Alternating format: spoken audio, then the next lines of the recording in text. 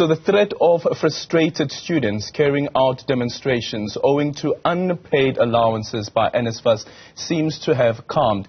This following the decision by the Higher Education Minister, Dr. Blade Nzimande, to dissolve the board of the National Student Financial Aid Scheme earlier this week. Nzimande announced not only the dissolution, but also the dissolution of the board, but also that he was placing the institution under administration. Well, to get a better sense of the feeling on the ground, let's now speak to Newzroom Afrika's Katleho Sekhotho, who's joining us from outside Wits University. Katleho, good morning. Thank you so much for making time for us. What are some of the sentiments that are coming from some student bodies following that decision around the NSFAS board's dissolution? A very good morning, Aldrin, indeed. Lots of anticipation ahead of that briefing by Higher Education Minister Dr. Blade Nzimande on his decision earlier this week to dissolve the NSFAS board as well as place it under administration. And just hours before that announcement was made by the Minister's Department, the chair of NSFAS resigning, Mr. Ernest Khoza, really citing that NSFAS facing a number of problems. And as we know, before the announcement earlier this week, students had been complaining about unpaid allowances. And so it goes to what does this mean for students who are currently studying, struggling to make ends meet and unable to, make provisions for themselves on a personal basis.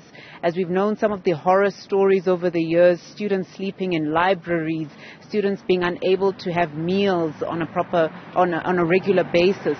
And so NSFAS not paying their allowances, having really dire consequences for students. But I do have with me the Secretary General of SASCO to give us more. Alungile. Alungile, thank you for your time.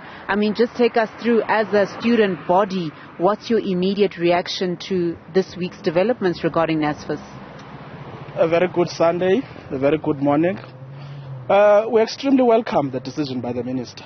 It was long overdue. The board had infighting, could not take decision. It was excessively dysfunctional. So we welcome that decision, but we still believe that more needs to be done. The people who decide to resign when it's very hot in the room, they need to be investigated. You can't just leave and nothing has to be done about that. NSFAS was plagued with corruption. A lot has to be done by the minister to get to the bottom of that, because we cannot experience this sort of dysfunctionality in the future. So I'm very much happy about that decision.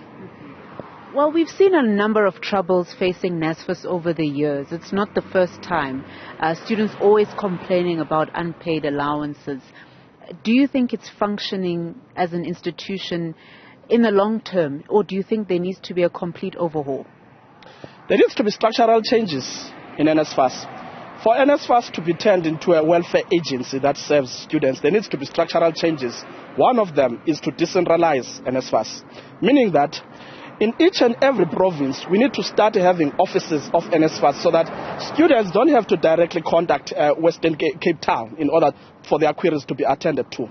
More than that, we need in each and every campus to have an official or an employee of NSFAS at financial aid offices who will deal with students' queries as they come, so that we don't have this issue of NSFAS not being able to communicate completely to students when their issues are unresolved. So those are the structural changes we need to see. However, students of South Africa really need NSFAS. The enemy is not NSFAS. The enemy are people who are devious, who are in NSFAS, who need to be rooted out by the minister. Now, Alungile, we've heard from the likes of the DA as well, not calling as well for the head of Mr. Nzimande to remove himself from his position as a minister because they say he's part of the problem. What's your response to that? Clearly, if there are issues with the agency, someone needs to account. Definitely, someone needs to account. But our straight demands are that students need their monies in their accounts. That's what they need. We need NSFAS properly reformed. If there's a person to do that, that person must do it.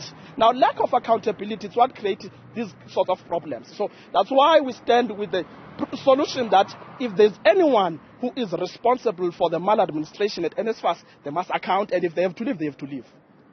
Thank you. so much. We'll leave it there for now, Alungi. Aldrin, you've heard it there from the SG of SASCO, Alungile, just explaining that if there is maladministration at NSFAS, then heads must roll. But it will be, important to hear what the minister has to say later on in this afternoon, following the big developments at the National Student Financial Aid Scheme this week. Thank you so much. And of course, the minister is set to brief the media at around 2 o'clock.